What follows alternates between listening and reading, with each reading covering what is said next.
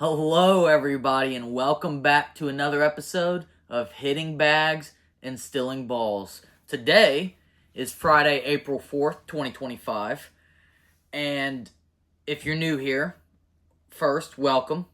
Second, thank you. And the way that I'm doing this, we're recapping, through the season, the series, and I'm not quite sure. I haven't figured out exactly how I'm going to do it.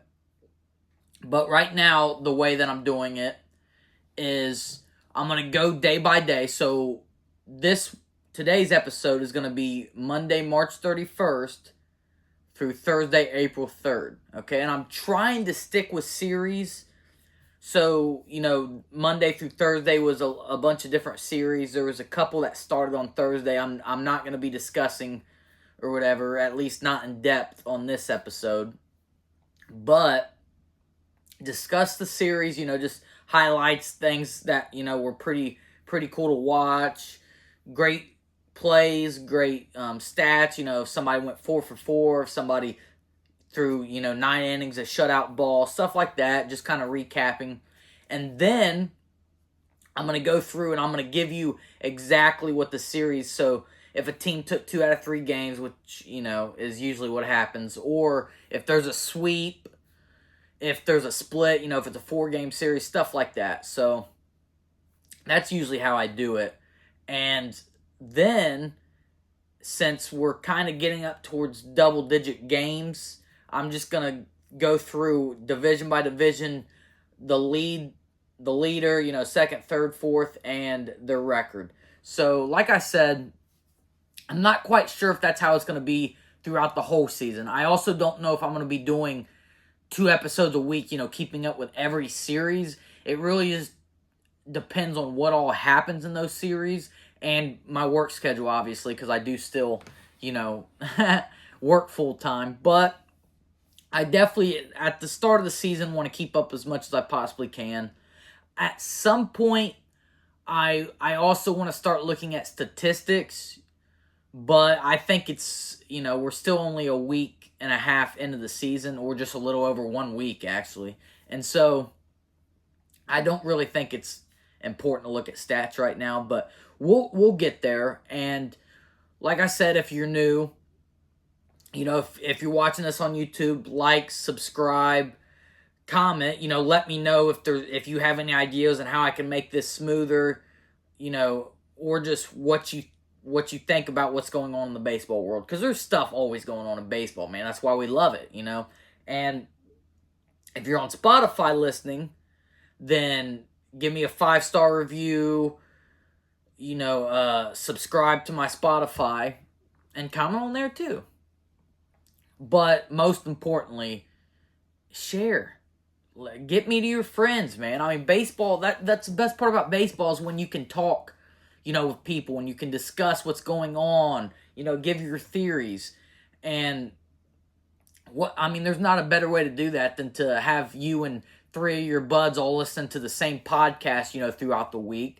And you can discuss what I talk about and how stupid I am, how smart I am, whatever you want. But so definitely share if you get the opportunity. I appreciate that. I appreciate, the likes, subscribing, just any support, you guys. So thank you. I love talking baseball, and even if I get, 5 viewers a week, I'm going to continue to do this. This is what I love to do, and thank you to those 5 viewers, So we'll go ahead, like I said, we'll start with Monday, March 31st, and we'll just go ahead and we'll talk some stuff that happened. So first, we had a catcher hit for the cycle, Chicago Cubs catcher Carson Kelly. Okay, the Cubs were at the A's, in Sacramento now, but just called the A's. And he hit for the cycle, and the Cubs smashed the A's, 18-3. We know what that offense can be, okay, especially with guys like Kyle Tucker now in that offense. They got rid of Cody Bellinger, but Kyle Tucker, I can't remember the exact days, so I'm not going to discuss it too much, but he was on a 4-home run streak there. Okay, 4 days in a row he hit a home run. So, yeah, we know. And it's definitely nice when somebody like Carson Kelly, can come in, because I don't think he's even the starting catcher and do something like hit for the cycle. So, definitely definitely pretty cool to see that. So then we got Braves at Dodgers. There's not really too much to talk about, at least not right now, because Jerickson Profar, just signed that contract with the Braves. He just got suspended for half the season, and he can't play in the playoffs for PEDs, okay? So we're going to discuss that at the end of the episode because that's so frustrating to see, man. And especially after the year he had, but we'll get to that. What also is pretty interesting, Tyler Glass now makes his 2025 debut. Somebody who we know can be elite. He's just usually never healthy, unfortunately. He comes in, he throws 5 innings pitch, and he strikes out 10. So, yeah, that's pretty much what we expect from him. And the Braves offense especially is not off to a great start. But other than that, like I said, we'll talk about Profar at the end. But yeah, that pretty much sums up the Monday Braves-Dodgers game. And then we have the Mariners hosting the Tigers. And we had some shaky pitching in this one. So first off, Jackson Jobe, pitched for the Tigers. If you don't recognize that name now, you're going to very soon. I don't know if he's going to win AL Rookie of the Year, but he's definitely somebody that's probably going to be up towards the top. It just depends, if he gets hurt or not.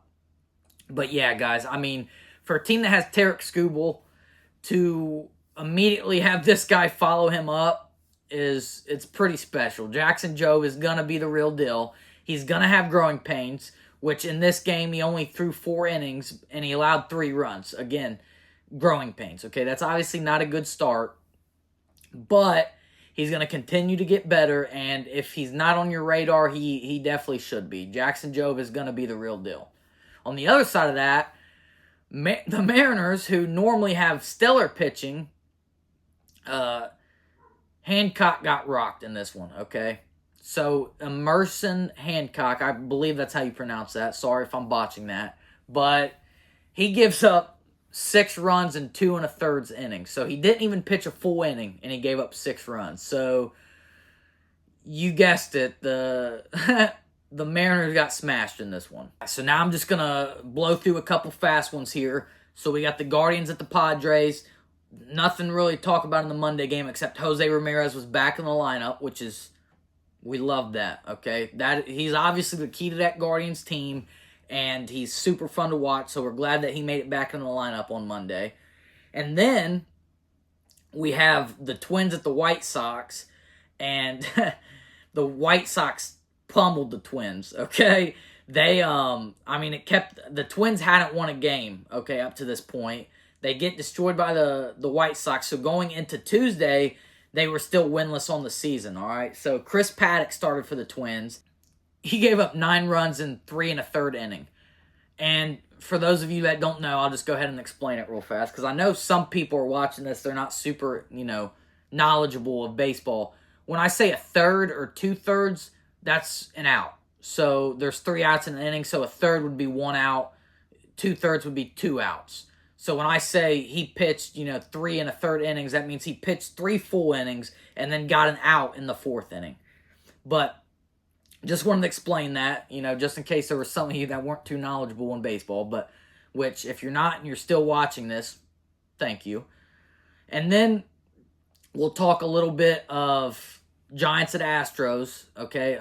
Jordan Hicks went in Houston against that Astros team, and he threw 6 scoreless innings.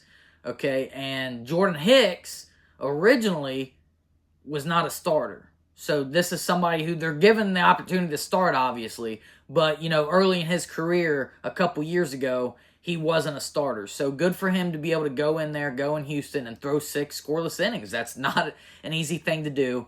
But we'll move on to the next game. The Rangers at the Reds. And oh my gosh, dude. Monday was an absolute beautiful showing by the Cincinnati Reds. That's really all we have to talk about. So, Ellie playing with a torpedo bat.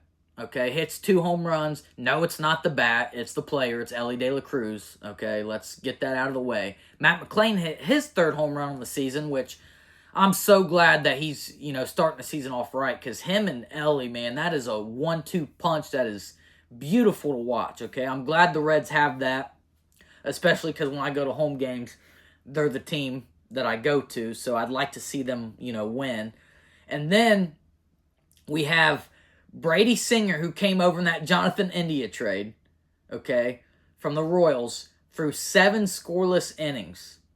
All right, that's what the Reds need to win this season. That's why they went out and got Singer, okay. Matt McClain's healthy. De La Cruz is being De La Cruz. This Monday game for the Reds is exactly what they need to win, man. I mean, you can't write it up any better than that.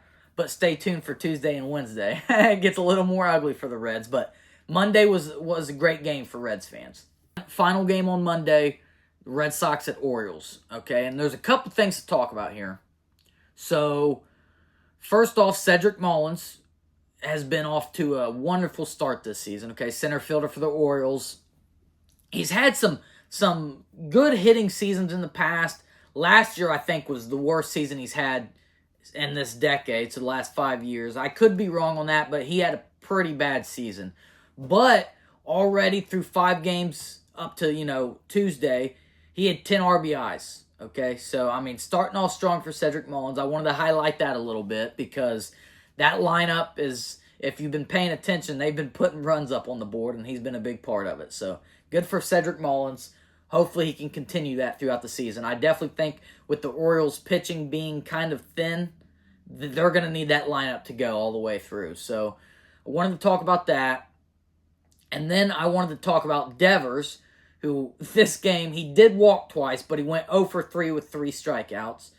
Okay, he off to a horrible start to the season, man. And it is mental. He got moved off of third base for Bregman, and it's rough playing DH. It's not a walk on the park. You have to get used to just sitting on the bench, except for 4 at-bats throughout the game. You're not in the game. You're not, there's no momentum where you're at.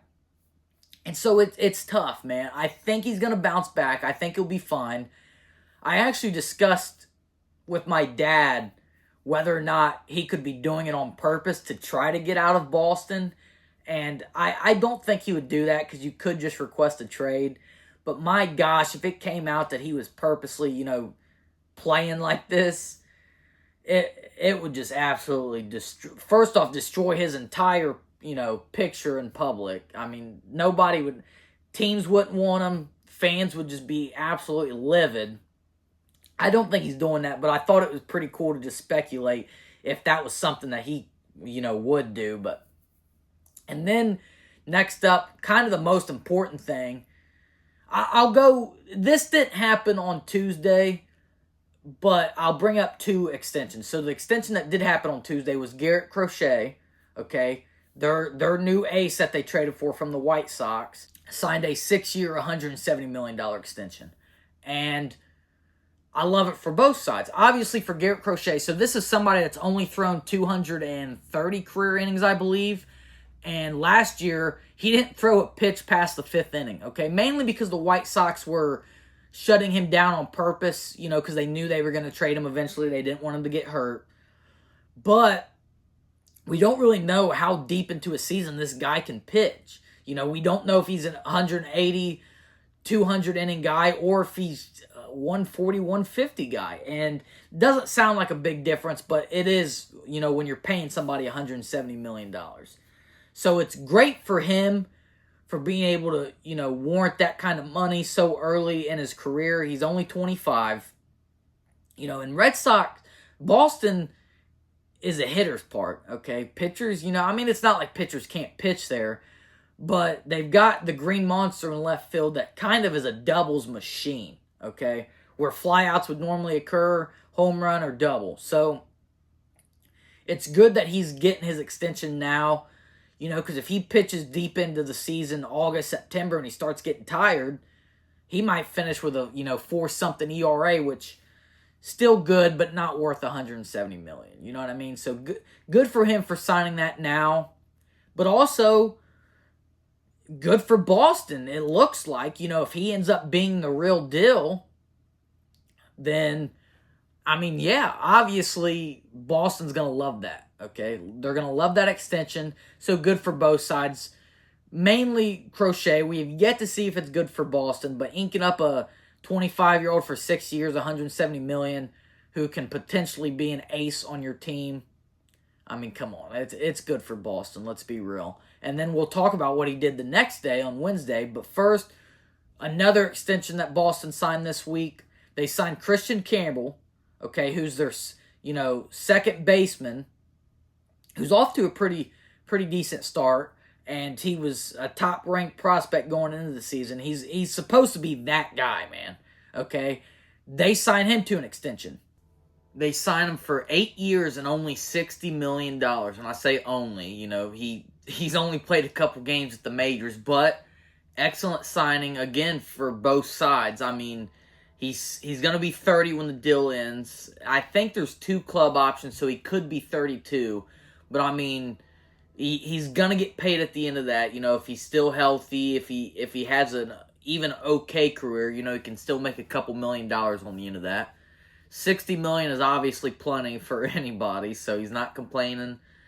Red Sox fans should be excited. The Red Sox should be excited because, if he turns out to be the real deal, another Jose Altuve, which is a tough task, but if he does it, and the Red Sox only have to pay him $60 million over 8 years, that's less than $10 million a year. So, yeah, obviously they should be excited. And Red Sox fans should be excited that they're, signing these young kids to an extension and keeping that core, of players there, dude, because that's what you want to do as a baseball team, okay? It's nice to go out and get guys in free agency, to bolster your team, but when you can build from within and sign these guys to cheap extensions, you're winning. So, good for Boston, good for Christian Campbell. That's all we have for Monday, so we'll go ahead and move on to Tuesday. And there's not much per game to talk about, so I'm going to kind of just blow through them. But there's a decent amount of games where at least one thing happens. So we'll go ahead. We'll start with the Braves at Dodgers. And Dustin May makes his first start, since 2023.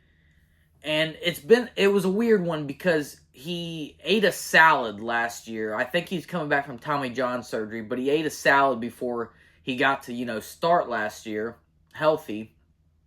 And he had something lodged in his throat, and he had to have emergency throat surgery. Like they said, if it didn't happen, if he didn't go to the hospital when he did, he was going to end up dying. Which is just a crazy thought, because it can happen to anybody. But he makes his first start in two years, and it went pretty smooth. He pitched 5 shutout innings, and he struck out 6 batters. So just wanted to talk about that because that's an awesome story. Good for Dustin May making it back after such a freak accident and pitching good for the Dodgers, which shouldn't surprise anybody. And then we have D-backs at Yankees, and there's not really anything to highlight here except for the fact that the Yankees had a 4-2 lead going in the 8th inning, and Mark Leiter Jr. came in out of the bullpen and gave up a grand slam to Suarez, which that was his 5th home run of the season, so he's off to a wonderful, start to the year. But yeah, the Yanks lost that one, so that was tough. When you go into that late of the game with the lead, you expect to win. But our bullpen is really solid. I don't think, that'll happen too often, but this early in the season, it definitely is rough. And then after that, we've got Rangers at Reds, which, like I said, after that Monday game, it was all downhill from there. So the Reds got shut out. They lost 1-0. Nathan Eovaldi threw a complete game shutout. So, yeah, Tuesday wasn't very nice to Reds fans. And then you have the Guardians at Padres, and Michael King threw 5 innings of shutout ball, and he struck out 11 players in 5 innings. So 2 an inning, basically a little over 2 an inning. So yeah, obviously I'm going to highlight pitching like that because it's only 5 innings, but when you average 2 strikeouts an inning, then you're going to get talked about. So good for Michael King. There's a lot of rumors that he's going to get traded before the start of the season. Clearly didn't. There's still time for that the rest of the season, but he's still in San Diego, and if he's pitching like that, then San Diego's happy. But rough start to the season for the Guardians, but I do think, they'll get it under control. We'll talk about what the standings in the AL Central look like at the end. And then you have Royals at Brewers, and the Brewers got their first win of the season, and it was a shutout. They shut out the Royals, which, that offense is definitely very top-heavy, the Royals, with India, Pasquantino, Bobby Witt, obviously, and then not much, past them three plus Salvador Perez, so four. But still, to shut out them four at the top of the order, that's not easy to do. So to get your first one of the season like that, I'm sure it felt pretty good for them. Angels at Cardinals was a weird one. It went into extra innings. The Angels were in St. Louis. They scored 3 in the top of the 10th. And then the Cardinals immediately scored 3 to tie it in the bottom of the 10th. And then the Angels scored 3 more in the 11th and ended up getting the win. And that put them at 4-1 in the season. So definitely a hot start for the Angels. But that's really the only thing that happened in that game. It was just interesting that they make it all the way to extras and then they start scoring. And so I wanted to talk about that. And then you have the Pirates at Rays. Shane Baz, I think is how you pronounce that, pitcher for the Rays. He pitched 6, scoreless innings with 10 strikeouts. So there was a lot of pitchers that pitched great on Tuesday, for sure. There was definitely a lot of shutout innings. Not too many deep ones, 5-6 innings, other than the Nathan Eovaldi shutout of the Reds. But still, anytime you can pitch, 5-6 innings and not allow a run, it's good. So the Rays were definitely happy with that. They got the win. And then the final game on Tuesday I wanted to talk about was the Twins at the White Sox. So the Twins ended up getting their first win of the season, by scoring 8 runs late, off the bullpen. I think 1 or 2 off the starters. But what people probably don't realize, and I wouldn't blame you because nobody's keeping tabs on the White Sox, sorry, but their starters this season went 28 innings to begin the season without giving up a run until Tuesday. That is amazing, especially because you look at the White Sox rotation, you don't know half of the names, Probably 3/4 of the names you don't know. So to get that kind of start of the season, out of your starters, it's pretty awesome. It gave them a jolt, I'm sure, especially, White Sox fans, but I don't expect that to last long, unfortunately. They're going to start getting hit, probably. Maybe not, though. Maybe the guys that they have there are the real deal. We'll have to see, but I definitely wanted to highlight that because nobody had that coming, and that's pretty awesome. So, good for the White Sox and that pitching staff. We'll see how they do as the season progresses. So now, on to Wednesday, April 2nd. So Wednesday, we've got quite a few things to talk about, including some more extensions. So we'll get to those last. But Pirates at Rays, Paul Skeens threw 7 scoreless innings. He did allow 1 run, but it was unearned, which, again, I'll explain for those of you that may not be much into baseball. There's unearned runs and there's earned runs. Unearned runs are basically when a base runner reaches base on an error or something out of the pitcher's control, like not just a base hit, and then he goes around to score, it becomes an unearned run. Whereas an earned run is if, a pitcher gives up a home run or if he gives up a double and then a single and the runner scores. Basically, if it's the pitcher's fault the runner scored, then it's an earned run. So I'll just go ahead and I'll explain that really fast. And then after that, we've got Braves at Dodgers, which definitely ended in dramatic fashion. First, Blake Snell for the Dodgers ended up with 5 unearned runs and 0 earned runs, which that definitely doesn't happen. The 1 unearned and 0 earned, that happens more than you probably think it does, but I can't tell you the last time I heard somebody allowing 5 unearned runs. Well, I guess maybe Garrett Cole in the World Series because of all those errors. That might have been 5 unearned runs, but we'll quit talking about that. It brings up some rough memories for me. But other than that, very rare to do. And then it was Ohtani's, bobblehead night, You had lines obviously waiting, people out there at 6 a.m. waiting in line for that. And it was like a 10 p.m. game because it was in California. And they ended up telling everybody that everybody at the game would get one because they made so many. So I feel bad for the people that waited in line, but that's the risk you take, I guess. But Ohtani ended up hitting a walk-off, because that's what Ohtani does. Nobody should be surprised. Which made the Dodgers 8-0 on the year and the Braves 0-7. So the Braves are off to a very rough start. And it blows my mind. I thought they were going to be right atop that division. And obviously there's still plenty of ball left, but I don't think any teams ever started 0-7 and went on and made the playoffs or won their division, maybe is the stat, but the Braves are definitely in a deep hole to start the season. So, and then for Wednesday we also have Royals at Brewers, okay, which was a pitcher's duel. So Freddie Peralta for the Brewers, he threw 8 innings, only allowed 1 run, and then Cole Reagans for the Royals. He only pitched 5 innings, but he did strike out 10. So definitely some great pitching in that game. I wanted to highlight that. And then the Brewers walked it off on a Bryce Terang bunt.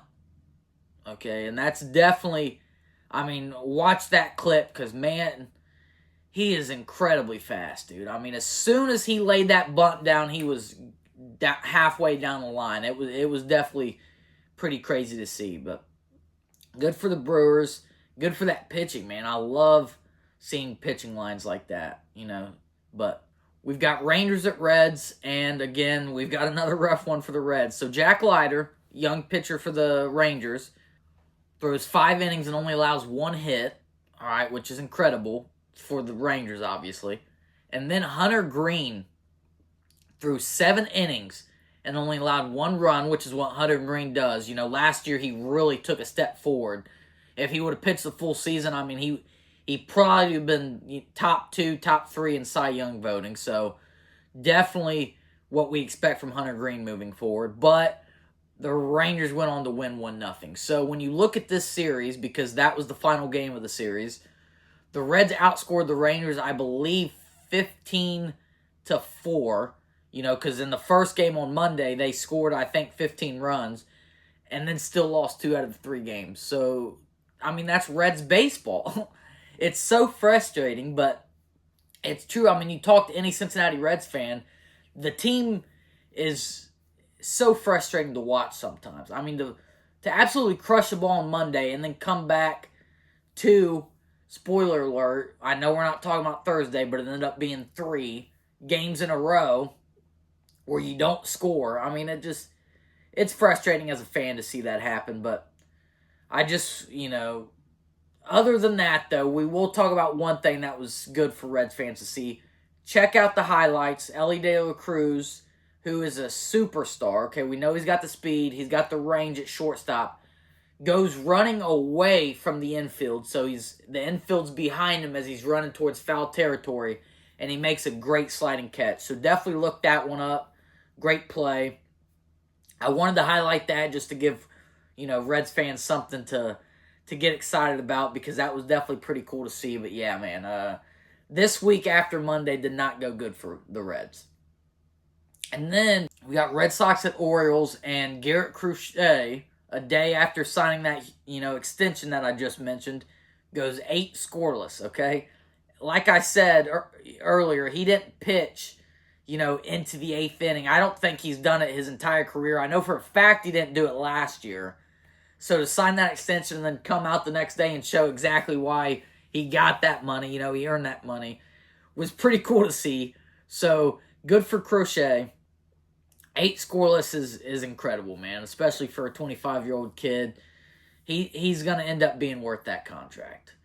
And then Rafael Devers finally gets a hit, an RBI double to end his 0-for-21 start to the season, man.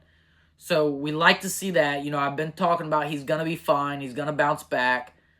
It's still going to take some time for him to get in the rhythm of things. An RBI double, 1-for-22 isn't, anything to write home about. But let's see if he can find that groove. I'm glad he finally got that first hit because I'm sure you ask any Major League Baseball player when they're in a drought, when they're struggling like that, it seems impossible to just get that first hit. But once you get it, man, it's only up from there. So good for him. Rockies at Phillies. Zach Wheeler, who has been the ace of that team for the last couple years, he throws 7 innings of 1-run ball and he strikes out 10. Okay, yeah, it's the Rockies, but Zach Wheeler, he's a Cy Young candidate every year. So definitely great pitching from him. This whole week's had great pitching. I mean, basically everything I've talked about so far has been pitching. And I like to keep it even, which the next one, Mets at Marlins, I'll go ahead and throw this out there. The Mets ended up winning in the 11th inning, and Pete Alonso had a 4 RBI night. So I like talking about hitting, but when pitchers come out and throw 8 scoreless, 7 innings of only 1-run ball, there's not going to be much hitting to talk about. So it was rough, this last series, but definitely it's not just all pitching all the time, okay? But this week it definitely has been. So just keep that in mind. I know pitching when it's 1-0 ball games, it's not very exciting for the average fan, but I love it, man. I love seeing, it's just chess. When you're watching a pitcher face a batter, it's chess, man. It's just they're thinking 4 pitches ahead. How can I set them up? So I enjoy it, but I know for the average fan, it's probably not that fun. And then the final 2 games on Wednesday involved extensions, and we'll talk D-backs at Yanks. Zach Gallen pitched 6 2/3 innings for the Diamondbacks, and he struck out 13 Yankees. All right, so wasn't fun for me to see that happen, but Zach Gallen's an elite pitcher, and we know what the Yankees are. Their lineup's a little more deep this year, not so many power guys, but normally it's go big or go home. And even though they're not supposed to be power guys, we've seen the home runs they've hit. They have a record, including today, for like the most through the first 6 or 7 games of the season. They're up towards 30 at this point, in home runs. So definitely fun to watch. But clearly Wednesday they didn't have it going, and Zach Gallen made them look pretty bad. So Diamondbacks went on to win that one. And then they signed Ketel Marte, who is probably the best second baseman in baseball when healthy. Look at his stats. He doesn't normally play a full season, but my gosh, when he plays, dude. Excellent player. They signed him to an extension, okay, which he had a couple years left, but they just went ahead and inked him up. I think mainly to kind of work with the cap. They kind of backloaded most of it, so he actually is going to make less this year now, but he's obviously going to have more years tacked on to the end of it. So he ended up signing a 6-year, $117 million extension. So good for both sides. We're never going to complain about a team signing, their best player, and we're definitely not going to blame guys for signing for $117 million, because again, that's life-changing money. So good for both sides. I just wanted to highlight that. And then the final game on Wednesday involves another extension.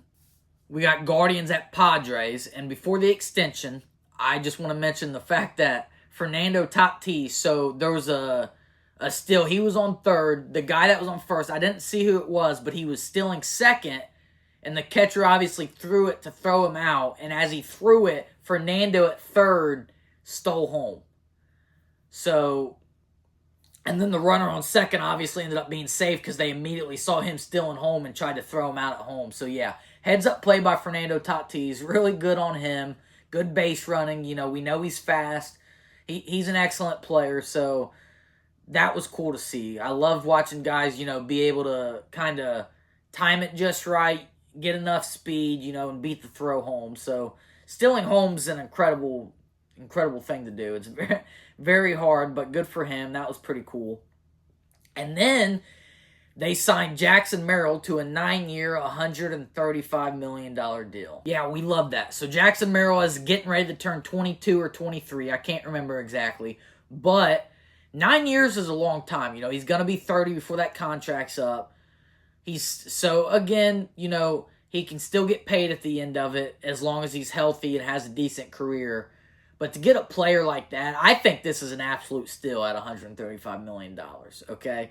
I mean, he's already solidified as one of the best center fielders in baseball. Okay, look at his stats. I mean, he's only a sophomore this season, so obviously, that can always fluctuate. We saw Corbin Carroll have a horrible sophomore year after his top 5 like MVP finishes his rookie year. So there's some risk, but I think Jackson Merrill is going to be that guy. He's going to be the face of San Diego, obviously, for the next decade. And so, yeah, I mean, it's great for both sides. You got your money. You're somewhere where you love playing, and good for the Padres. He's going to be probably the number 1 selling jersey over there for a while. And so you can't blame them for doing it, especially for that long and for that cheap. I mean, that's just over probably $13-14 million a year. Maybe a little bit more, but I mean, still, that's not bad at all for a guy like Jackson Merrill. So definitely wanted to bring that up. We had a lot of extensions signed this week, and none of them are bad, man. They're teams signing their arguably best players. So you love to see that. Guys get paid, especially when they're young. But we'll go ahead. We'll move on to Thursday. We've just got the D-backs-Yankees game to talk about, just because the other games that day were starts of new series. And so we're not going to talk about those in this episode. I'm still trying to figure out, I didn't mention the scores of the games. I think going forward, as I talk about the games, I'm just gonna blow through the scores each day, and then if there's something that happened that game, I think I'm gonna highlight it, because as I'm talking, I kind of feel like that's probably the better way to do it. And this is a learning progress. I'm gonna learn and get better as I go on, but I definitely think that's how I'm gonna do it moving forward. That way, you guys just kind of don't, because you don't really know what the scores were, who won most of the games, until I'm getting ready to read off, the recap of the series. But yeah, I definitely think I'm going to keep scores moving forward. So keep that in mind. If you don't like the way I'm doing it right now, it'll change. Again, comment, let me know what you prefer. But we'll get to the only game on Thursday, D-backs at Yankees. And so the Yankees ended up salvaging the series, okay? So they won the final game, lost the first 2. And Merrill Kelly gave up 9 runs in 3 2/3 innings. So the Yankees definitely got to Merrill Kelly. And Aaron Judge, 3 for 5, stolen base, 4 RBI night. I mean, that's home run. That's what you expect from Aaron Judge. So definitely wanted to highlight that really quick. To salvage the series on a game like that. We know what that offense can be. And to bounce back after that, huge game where they struck out a ton, it definitely was pretty good to see that. So Yankees salvaged the series. Now we'll go ahead, we'll move forward. I'll recap all the series, and then I'll do the standings. So first off, like I just mentioned, D-backs take 2 out of 3 from the Yankees. The Brewers take 2 out of 3 from the Royals. The Twins take 2 out of 3 from the White Sox. The Rangers take 2 out of 3 from the Reds. The Mets take 2 out of 3 from the Marlins. The Rays take 2 out of 3 from the Pirates. The Tigers take 2 out of 3 from the Mariners. The Red Sox take 2 out of 3 from the Orioles. And the Angels take 2 out of 3 from the Cardinals. And then, on to the sweeps. Blue Jays sweep the Nationals. The Cubs sweep the A's. The Guardians get swept by the Padres. The Dodgers sweep the Braves, which again, Braves started 0-7. Dodgers started 8-0, so we'll see what the Braves can do moving forward. The Phillies sweep the Rockies, and then finally, the Giants sweep the Astros. So I love to see that. Again, I knew the Giants were going to be good. It's just they're in a super tough division. But to see them get the sweep against, Houston in Houston, definitely good for them. And then now we'll go over the standings. So we'll start in the AL. We'll start with the East. And obviously, I'm recording this on Friday, so it's going to include the Thursday games, even though I didn't really talk about them. It's halfway through Friday, so it might include some of the early Friday games. But just bear with me. It's still, it's updated standings, so I don't know what more you could want. But just, so at the top of the AL East, we have the New York Yankees, 5-2. The Rays second at 4-2. The Blue Jays third at 5-3. The Red Sox fourth at 4-4. And finally, the Orioles in 5th at 3-4, okay? And then now we'll go to the AL Central. This one's rough. So, first place, you've got the Tigers at 3-4. Second, and tied for second place, you have the Guardians and then the Royals at 2-4. And then at the bottom, you have the Twins and the White Sox at 2-5. So the AL Central is definitely not off to a hot start. But we'll go to the AL West. You have the Rangers in first at 5-2. The Angels in second at 4-2. The Mariners and Astros at third and fourth at 3-4. Ironic. And then the A's in fifth and last place in the AL West at 3-5.